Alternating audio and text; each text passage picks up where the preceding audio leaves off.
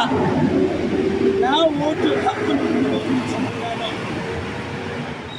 మీరు కూడా మీ ఓటు హక్కును వినియోగించుకోండి. చాలా గుడ్ న్యూస్ ఏంటంటే ఇప్పుడు సిటిజన్స్ చూడండి, యూత్ని ఎడ్యుకేటెడ్ యూత్ పర్సంటేజ్ పెరిగింది. ఓటు ఇంట్లో ఉండకండి. ఇదే డెమోక్రాటిక్ చివరి ఎలక్షన్ అని కొందరు అంటున్నారు. చాలా ఇంపార్టెంట్. బయటికి రండి.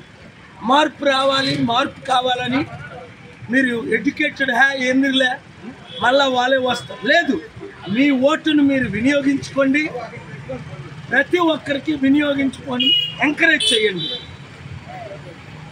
మీకు నచ్చిన వారికి ఓటు, క్రిమినల్స్కి ఓటు ఆలోచించి ఓటు వేయండి. For more videos like this, subscribe Big TV channel.